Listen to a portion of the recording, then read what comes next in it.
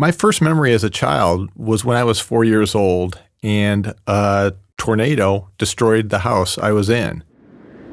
It was about 9:30 at night. I was in bed. I shared a room with my brother who was about 2 years old. And I remember what woke me up was this just loud boom sound. My parents heard it. They were in the kitchen at the time. They looked out the window and they saw the tornado coming, and the boom must have been a tornado hitting a building of some sort. And all of a sudden, my parents rush into the room, and my dad grabs me, and as soon as my mother had grabbed my brother Joe, the window above his bed shattered. The tornado was right there upon us already. Now, we didn't even have a basement. We had just a crawl space. And so we run out into the hallway to get to this crawl space, but we were already too late. The tornado hits the house and rips the roof off.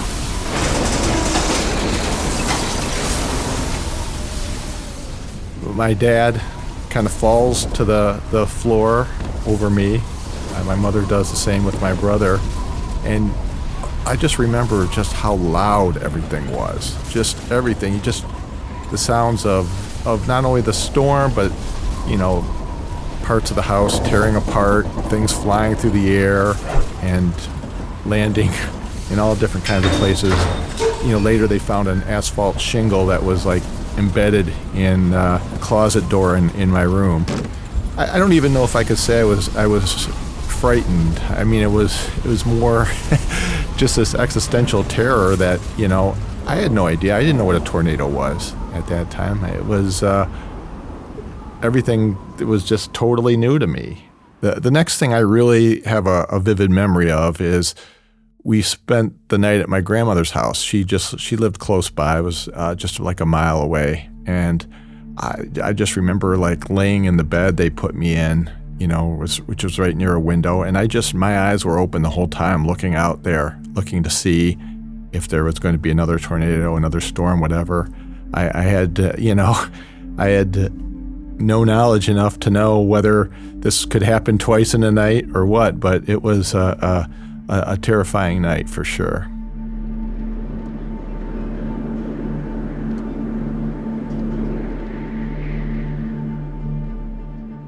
That's our own Jeff Grabmeyer talking with Ross Bischoff about surviving the historic Palm Sunday tornado outbreak that swept across the Midwest.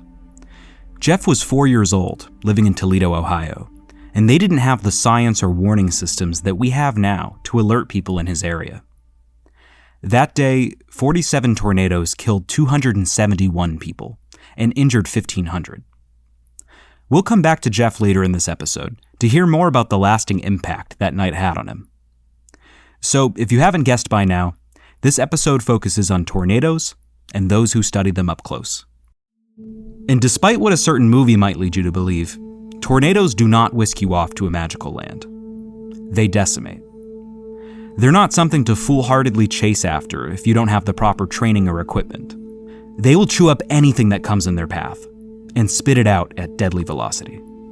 But there's fascinating science to tornadoes, from how they form, how they function, to how they impact the communities they travel through, long after the funnel recedes once again back into the sky. And out there among us, there are people bold enough, steely enough, to study them. Their findings are fascinating.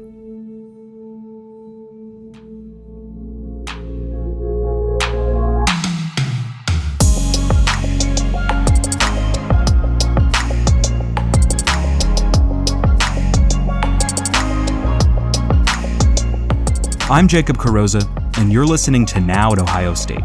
We talk with researchers, innovators, and bold thinkers who look at our world, see what the real challenges are, and create the solutions that people need now. Dr. Jana Hauser is a trained meteorologist and associate professor in the Department of Geography at Ohio State. Her specialty is radar analysis of tornadoes and the supercell thunderstorms that commonly produce them. She's also a storm chaser, and her background, education, and chasing history led to her working on the upcoming film Twisters. She sits down with our Jeff Grabmeier to talk about her work on the film, her history of chasing storms, and the incredible science behind these mammoth whirlwinds. Jana, thanks so much for joining us today. Well, thank you so much for having me. It's a pleasure. Could you just tell us who you are and what you do? My name is Dr. Jana Hauser, and I am an associate professor at The Ohio State University in the Department of Geography, and I specialize in the observational studies of severe storms and tornadoes. So, Jana, the new movie Twisters is coming out soon, and it's a sequel, of course, to the 1996 movie Twister. I understand that the filmmakers reached out to you to provide some assistance in the making of this movie. Can you tell us what you did? The very first year I ever set out to do some storm chasing, I was introduced to a filmmaker whose name is Sean Casey. And Sean was out with an IMAX camera, and he was out to shoot a documentary on tornadoes.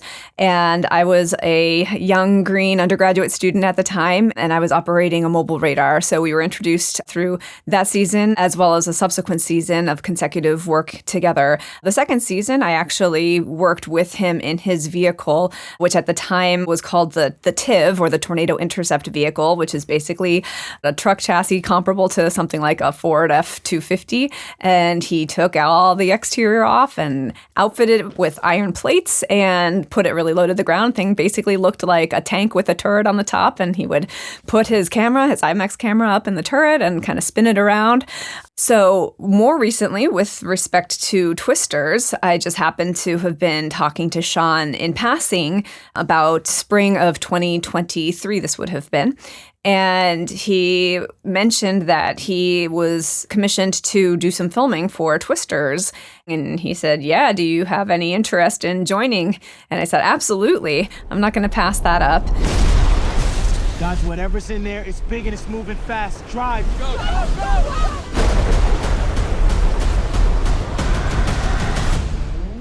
I was basically one of two meteorologists in charge to get us to the locations where we wanted to be for filming. So this was basically looking at weather data, watching observations come in, watching radar data, watching satellite data, looking at road network, navigating to where we would have the best possible vantage point of the severe weather that was occurring, and ideally tornadoes if anything actually happened nearby. So what happened? Did you find them some tornadoes or severe storms? So I spent roughly 3 weeks in the field of spring 2023 chasing with Sean. We traveled 6,000 miles or so in those 3 weeks. We covered from states such as Oklahoma and Texas up to Nebraska, over to Iowa and Missouri, all the way over the other side to Colorado and New Mexico. And we found some really great skies, some really exciting weather. We saw a handful of tornadoes, although basically those tornadoes were occurring in locations that it was very difficult to actually get a vehicle to. But it would get really pretty intense sometimes. I mean, you don't need a tornado to have very strong winds and thunderstorms. And one of the things that the producers really wanted was wind events through towns so that you could see the trees bending and the leaves coming off and just these strong winds kind of ripping through towns. So we would go through these smaller towns in the Central Plains and kind of set up shop for a few minutes and wait as the really strong rains came in and the winds came in. You thought you could destroy a tornado. We never had a chance. You want one? Was the expectation, you think, that some of this footage that they filmed would actually be in the movie? Yeah, so our mission was to get footage that could be used for the green screen behind the actors. So anytime we could get really kind of turbulent skies, a lot of cloud motion, a lot of, darkness, but structure. In severe storm environments, the clouds can take really wild shapes. Sometimes they look like UFOs. Sometimes they look like almost like a layered cake. So they wanted us to get kind of anything that they could use. The tornadoes are expected to be CGI'd to begin with. So any actual tornado footage that we got would have sort of been like bonus footage, but not necessarily required for the success of our mission. You don't face your fears. You ride them. Now, I know you do storm chasing for your research, which is different than what you were doing with the film crew here. Are there different kinds of storm chasers? I sort of compartmentalize storm chasers into three categories. We have the research category, which is the scientists who are going out there with their equipment. Sometimes that might be a mobile radar platform. So these are large trucks that have big dishes on the back of them that are remotely collecting information about the thunderstorms and the tornadoes that are going on. Some of those instruments also include just kind of regular minivans or cars that are equipped with sensors that detect pressure and wind and moisture and temperature. And there's a lot of information to be learned about the near storm environment versus the environment kind of that the storm is modifying itself, and under what conditions, the storm is kind of taking things over, and what are these differences between the storm and the environment, and how does that all sort of play into the role of tornado formation to begin with. So we have the scientific community, and then we have sort of like chasers who are really going out for fun, to have personal satisfaction out of the chases, to collect video for themselves, to experience the storm and to experience the whole nature of storm chasing. And then the third category is kind of the glory hounds, I like to sort of refer to them as. So these are the people that are just really ultra intense, who are going and getting as close as they possibly can. Most of them have like YouTube channels or are directly streaming to news outlets, and basically they're getting paid. And, oftentimes those are the individuals that sometimes give storm chasers a bad name because they can be a little bit reckless, a little bit irresponsible. Not all of them, but some of them definitely have that reputation. Tell us a little more about why you chase storms as a scientist. I mean, what do you learn that you could not learn in other ways? In terms of the science, tornadoes are very tricky to observe because they are short-lived and they're very small entities. Most tornadoes are on average, a couple 100 meters wide or so. So that makes any kind of detection from a distance very challenging to accomplish. And we, in the scientific community, generally just don't have good enough observational capabilities outside of actually getting into the environment, getting near to the storm itself, in an effort to really identify the environments and the storm and, look at the winds through the storm that's producing it and put together this puzzle of understanding between storm structure. So how is the storm physically put together? Where does the rotation that feeds a tornado come from initially? What's the process leading up to the tornado? What processes are involved when that tornado ends up decaying? Why does that happen? So these are scientific questions that we still really don't have the full picture for. Each field effort that's made, we can put more pieces of that puzzle in to create a clearer picture. And ultimately, at the end of the day, why are we doing this? Well, we're doing this because we want to predict them. We want to be able to know when is a tornado going to happen. And that's really something that we still struggle with. You can have a storm that is ongoing for 4 hours maybe, and only 10 minutes of that 4 hours it produces a tornado. So what's special about that 10-minute window it's the same storm? There are other instances where you have multiple storms in a relatively small area, and maybe you have 5 storms and 2 of them produce tornadoes and the other 3 don't. So what was special about those 2 storms? So questions like that really require high precision, fine spatial resolution, and fine temporal resolution data in order to really see how things are developing and changing quickly. And we're talking about, quickly as in seconds sometimes. Is there any evidence that storms are becoming more severe, or that they're occurring in places where they haven't occurred before? In terms of the annual frequency of tornadoes, we are not seeing any change, period. So, in fact, we might even be seeing a slight decline, although it's not clear that that's scientifically robust yet. We're also not seeing an increase in intensity of tornadoes, actually. The number of F4, F5 tornadoes, or EF4, EF5, more modern times, is staying pretty constant and, again, actually might be declining slightly. We only have records through the early 1950s. So even though it's, roughly 70 to 75 years worth of information, in terms of climatology, that's still a relatively short time frame. But what we do know is in terms of looking at the spatial and temporal distribution of tornadoes, we are seeing a tendency for tornadoes to occur in greater numbers slightly earlier in the calendar year. And we are also seeing a tendency for more tornadoes in the southeastern part of the United States and even up through kind of like the Tennessee Valley into the Midwest area, more so than what we perhaps would have expected historically. And then the flip side of that is that places in the central United States, such as the Great Plains, which are sort of the traditional tornado alley, those are seeing a slight decline. We think the decline in the central U.S. is a function of the drought cycle because we've seen a little bit longer and sort of more prolonged droughts in the central U.S. The other part of that puzzle that we're seeing a decrease in the number of days over the course of the calendar year that have a small number of tornadoes. So days that have like maybe 2 or 3 or 4 tornadoes. And on the flip side, we're seeing an increase in tornadoes that are occurring with large, robust events. So you might have one day that produces 50 tornadoes in comparison to, 10 days that had produced 5. At the end of the day, it adds up to the same number, but that distribution is changing a little bit. What would you want people to know about preparing themselves if they ever face a tornado in real life? The thing that always makes me sad is when people think that their location is keeping them safe.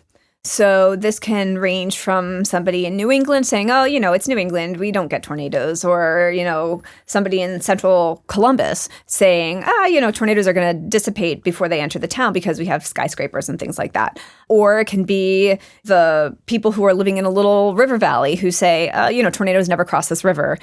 That's just simply not true. In general, tornadoes can happen anytime, anywhere, any time of day.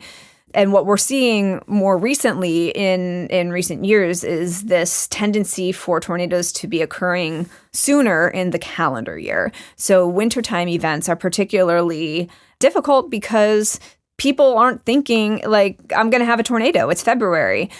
Yet we are definitely seeing the atmosphere tell us otherwise. So I like to emphasize to people that it doesn't matter where you are, what time of day, et cetera. You should always have a plan and know where your safe spaces are, whether that be in your house, your place of work, your school, whatever it is. Because oftentimes the efforts are only moderately coordinated from a larger sort of institutional perspective. And, they can give you information, but you're the one that has to act on that information. Jana, thanks so much for talking to us. I've learned so much, and you do some really fascinating work. Well, thank you so much for having me. It's been an honor.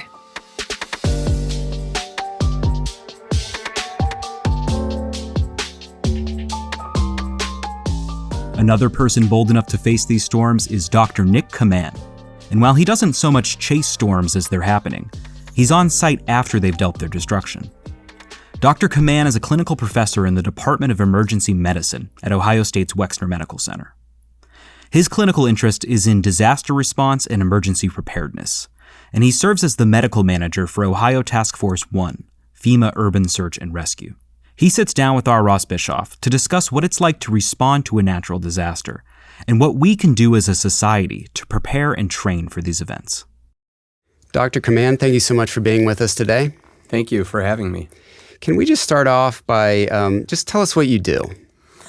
So I'm an emergency physician at the Ohio State University Wexner Medical Center, and I have a clinical interest in disaster medicine. So with that, I'm a medical team manager for Ohio's Urban Search and Rescue Team. Tell us what Ohio Task Force 1 is. Yeah, so Ohio Task Force 1 is one of the 28 urban search and rescue teams that function within the United States and respond to disasters. And the teams were kind of mostly set up after response to wildfires and earthquakes, but most recently a lot of the work that we do is with natural disasters, namely hurricanes. But our team is also deployed to flooding in Kentucky. Our dogs deployed to the wildfires in Maui. Our team deployed to the Surfside condo collapse. So those are the types of events that we would deploy to. And when federal assets are requested, They're to help bolster the state and regional response to disasters. We're going to talk about tornadoes a lot during this, but I want to know what it's like to be there firsthand. Yeah, so my deployments have been Hurricane Harvey, which was a large hurricane that hit the Houston area in 2017. They got over 50 inches of rain in a very small period when their average rainfall is about 48 inches for the year. So it was primarily a flooding event, but there was also wind damage. I also deployed to Hurricanes Dorian, Laura, Ida, and Ian. Prior to an event like this, there's a lot of watching the Weather Channel. And when they get an idea for what the damage projections are going to be, they deploy these teams to be response ready. And what that means is, for example, with Hurricane Ian, they sent us to southern Alabama, and then we were in Gainesville when the storm made landfall, which isn't too far away from the area where it made landfall. Of course, you don't know where that's going to happen exactly, and they don't want the FEMA teams to be in the eye of the storm. So we're staged typically a little bit further away, and then they would send us into the areas where they need the most help. So in our case, we went to the Sarasota area first, and then Northport, and then Cape Coral, and then down to Fort Myers. So, it's really just kind of a game of chess, and however many teams they have, they move them around to help support the local infrastructure. So, one of the things that we see with storms like this, hurricanes, tornadoes, wildfires, earthquakes, all of these, is that the local infrastructure typically isn't functional. So, what we saw at Hurricane Ian was there was a hospital nearby that had its roof torn off, and the top floor of the hospital was the ICU. So they had no critical care capabilities really at all. So an urban search and rescue team like ours would help with, getting victims out of the rubble, evacuating people, rescuing humans and pets. And then maybe a disaster medical assistance team might come in and help run that hospital or an alternate site hospital. What's it like to be in something like that? I enjoy disaster medicine, and I'm going to be happy to help. We don't want any bad things to become of people or property, but at the same time, we're there to help. Every deployment's been differently. We might be on a university gymnasium, we might be in a church, we might be in a rec center, typically on cots, and you're kind of hearing the storm go through, and you're waiting to see what you're going to do the next day. When members of your team are deployed to an area that maybe a tornado came through or hit, what's the process like? That seems like such a random thing. Just kind of take me through how you would handle that, how your team would handle a tornado touching down in an area. Yeah, it would certainly be different than what I described. I mean, what I described is you have time to what we call pre-roster our team. So we know who's going. We're on alert. We're ready. I might have my bags packed at the door. And then when we get activated, we go. A response to a tornado would be much more reactionary. What we're thinking with tornadoes, there are usually no notice events or very little notice. What's the scale of this going to be? Our team does search and rescue. So are there collapsed structures? Do people need to be pulled out of rubble? Do people need to be pulled out of collapsed buildings? Those are things that need to be conveyed. So, one of the things that we always talk about in disasters is communications. So I think our team and COTS, Central Ohio Trauma System, are always trying to get information. Ohio actually at one point was leading the nation in tornadoes throughout this spring and stuff. Is there more we can be doing from a preparation standpoint for that? Is there something we should be doing different? Do you feel like things are adequate right now to handle these natural disasters that are coming through? What are your thoughts on that? When it comes to preparation, I feel like we could always do better. We have to be thoughtful about areas that are vulnerable to these. So, you hear about trailer parks because the building structures maybe aren't as secure. There may not be a basement for people to go to. When the events happen is important. So, a lot of these events have been kind of middle of the night or early morning when people primarily aren't paying attention to their phones or their TVs. And so that's dangerous, right? If you don't know something's happening, you don't have time to get to your basement or a middle internal room or a bathroom, bathtub, something like that. So, I think getting education out there is important. That's true of everything from hands-only CPR to choking to stop the bleed to how to take care of a drowning patient. The more we could teach the public about how they can be safe and prepare for these events, the better the outcomes are going to be. With regard to that training, can you talk about training the next generation of students, and also you go around the state and train people? Just talk about what you do in that respect. These events, fortunately are low frequency, but they're high stress and high stakes. So many first responders, even experienced ones, may not take care of a tornado victim or may not respond to a mass shooting, or it might be a once-in-a-career type situation. So what we like to do is provide teaching and training on how to respond to these things. And, we use a wide variety of modalities that might include just a PowerPoint on something. After this podcast, I'm doing 2 Stop the Bleed trainings. That's more of a hands-on PowerPoint, but now we have task trainers and we're going to put tourniquets on each other, up to and including virtual reality, which is, most recently we've developed some virtual reality training on mass casualty events and triage and hemorrhage control. So we take that out to different agencies within the state and even nationally, and we teach people how to respond to these events. And virtual reality provides kind of a great replicable model where somebody could triage. In our case, it's a subway bombing, and we have some military simulations as well. But they might be able to do this 4, 5, 6 times. And without training like that, first of all, you might be overcome by stress or anxiety or fear or whatever. But it's going to be difficult for you to draw on past experience or knowledge on how to take care of that situation. So the education and training piece is really important. What are your thoughts just on getting funding and maybe being prepared for these things? It is reactive. I think we've seen a pattern in the past of after 9/11, there's a lot of funding for disaster response. After Hurricane Katrina, there's a lot of funding for disaster response. After the anthrax scare, there's funding for disaster response. After H1N1, there's pandemic funding. And after COVID, same thing. But then when we get periods of stability, the money starts to go into other things. And so, it's important that we continue vigilance that these things are going to happen. We've also seen from prior events like Hurricane Katrina that if you're not prepared, the response isn't going to be optimal. That preparedness piece is really important, and it does take getting buy-in from the people who hold the purse strings and from the leaders.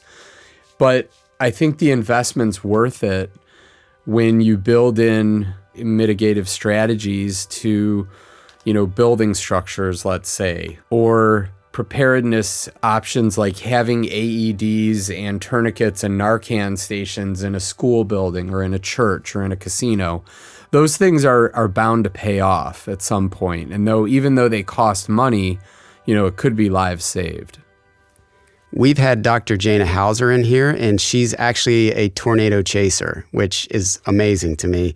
What are your thoughts on that, and how important is that research to what you do? In a disaster or a natural disaster, the more information we can get, the better the response will be. So when meteorologists and, storm chasers and people who are gathering data are able to feed that to first responders, police, EMS, fire, hospitals, safety organizations, even commercial groups like power companies or cell phone companies that can help get our community back online. That stuff's really important. But I would just say that when storms like this occur, we do see injuries and, heaven forbid, worse in people who are trying to get close to the storm for whatever reason that is. And so, that would be my first piece of caution is leave that work to people who have an official capacity and training to do that. The other thing I would say is when we go into a storm-ravaged area, it's usually pretty close to right after the storm hits. And some of the things that we see, like down power lines, fires, snakes, alligators, things that bite and sting, people running generators incorrectly or unsafely, those are all things that hurt people. We actually see a lot of injuries after the storm. There's something called the post-phase injury patterns that happen because people are going into buildings that aren't safe. They're going into floodwater. They're driving into floodwater, which is very dangerous. Maybe they're trying to navigate streets that have active power lines.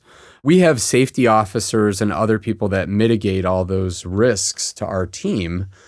And so that's something that I would reflect on is, we're talking a lot about people who go into storms either before or after, but in both cases, there's danger and risk there, but we have a lot of things that we can do to mitigate that the public probably doesn't have access to.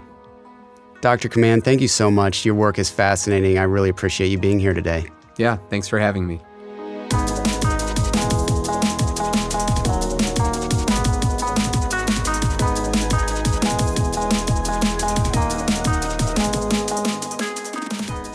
So we've heard from two kinds of storm chasers of sorts.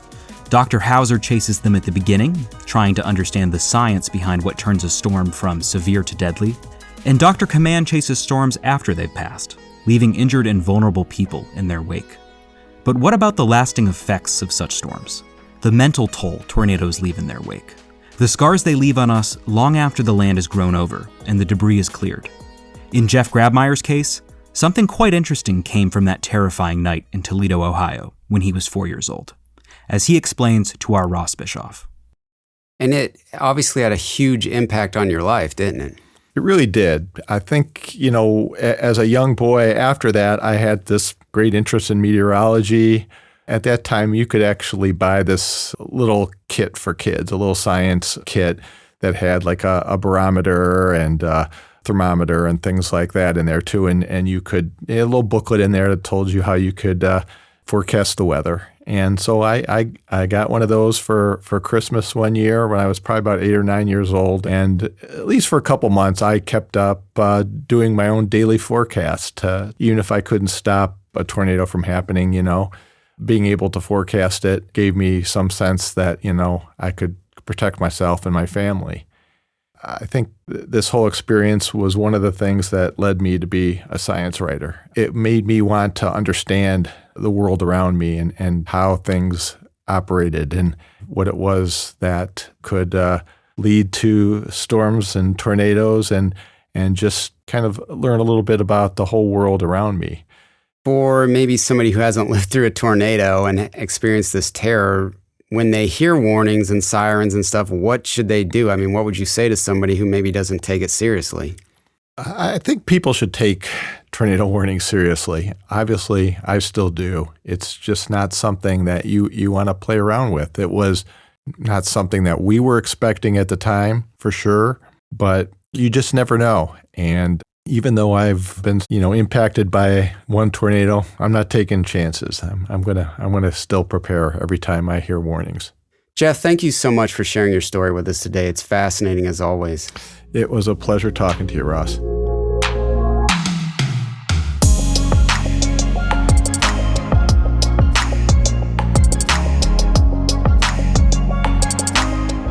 Now at Ohio State is produced by the Ohio State University's Office of Marketing and Communications. For more information, visit us at go.osu.edu/now. I'm your host, Jacob Carosa. Thanks for listening.